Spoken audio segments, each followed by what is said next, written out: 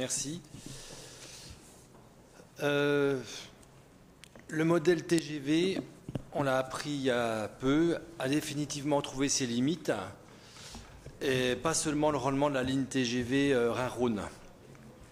La Cour des comptes a dénoncé dans un rapport en octobre dernier la non-rentabilité des LGV françaises, rentabilité qui serait biaisée d'après elle par un optimisme exagéré des estimations de voyageurs lors des études préalables aux travaux et par le taux de subvention publique qui se sont élevés jusqu'à 80% du montant des travaux.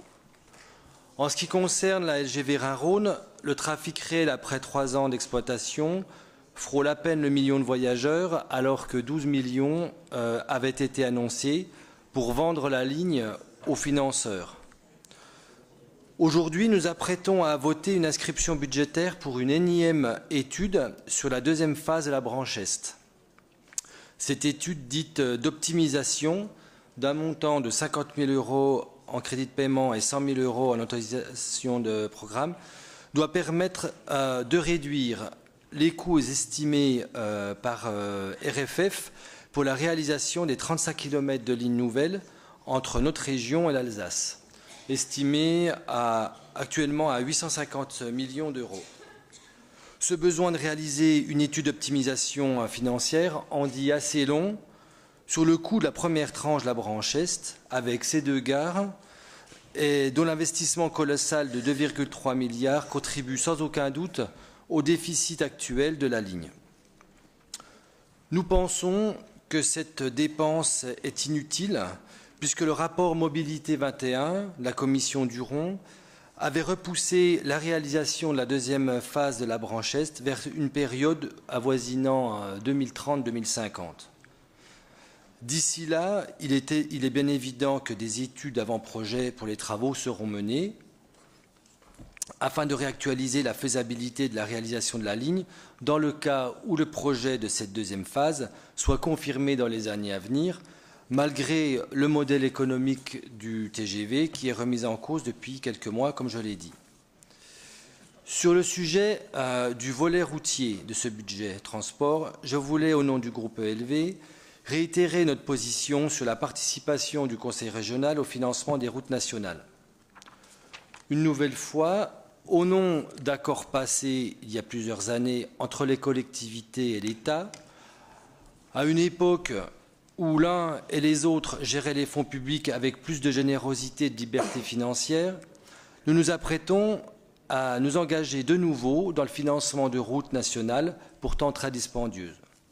À chaque négociation du CPER, que le volet routier soit intégré au contrat ou géré à part, comme dans l'actuel contrat dans le PDMI, l'État reporte une partie de ses engagements non honorés dans le nouveau contrat. Nous posons une question: en quoi sommes-nous tenus de réinscrire systématiquement notre participation à des travaux routiers sur des engagements pris par on ne sait plus qui, on ne sait plus en échange de quoi, entre des gouvernements qui ont plusieurs fois changé depuis et des exécutifs locaux qui ont également changé. Par ailleurs, la répartition des compétences reste floue puisque les départements, après un intense lobbying pour conserver un maximum d'attributions, pourraient conserver les routes départementales dans la loi NOTRe. De manière globale, la question reste posée: à qui revient le financement de ces infrastructures et sont-elles toutes utiles et nécessaires? À ceux qui me répondront que le développement économique dépend directement de l'état de nos infrastructures routières, je l'ai déjà entendu ici souvent, je répondrai que cela y contribue sans aucun doute, mais que l'on peut noter que des pays comme l'Allemagne, qui ont fait le choix de porter leurs efforts directement sur l'économie plutôt que sur les routes, et que le résultat de cette économie outre-Rhin montre que cela n'a nullement handicapé les entreprises allemandes.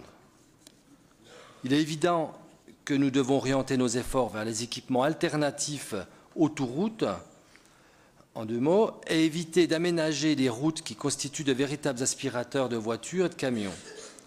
Au sujet des camions, il convient ici de préciser que ces derniers ne contribuent pas à la hauteur de l'usage qu'ils font de nos infrastructures.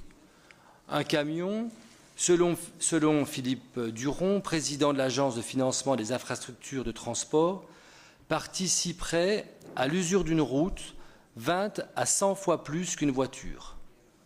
Ce rapport est sous-estimé selon certains experts qui se basent sur un modèle de calcul américain qui a établi une méthode ayant servi de base à la construction de la plupart des infrastructures des États-Unis. Cette méthode de calcul évoque un rapport de 100 000 fois entre l'usure d'un camion et celle d'une voiture sur les routes. Je pourrais aussi évoquer ici l'impact important sur la santé avec l'émission de particules fines, 42 000 morts prématurées en France chaque année, pas seulement des camions, j'en conviens. Également les problèmes de sécurité routière et traversées d'agglomérations dangereuses. Cela pour vous dire qu'il nous paraît important, comme beaucoup de citoyens et d'élus en France, que le transport routier doit tendre à contribuer à la hauteur de son impact. C'est pourquoi nous soumettrons en fin de séance un vœu proposant que notre région soit retenue région pilote de l'expérimentation de l'écotaxe pour les poids lourds. Je vous remercie.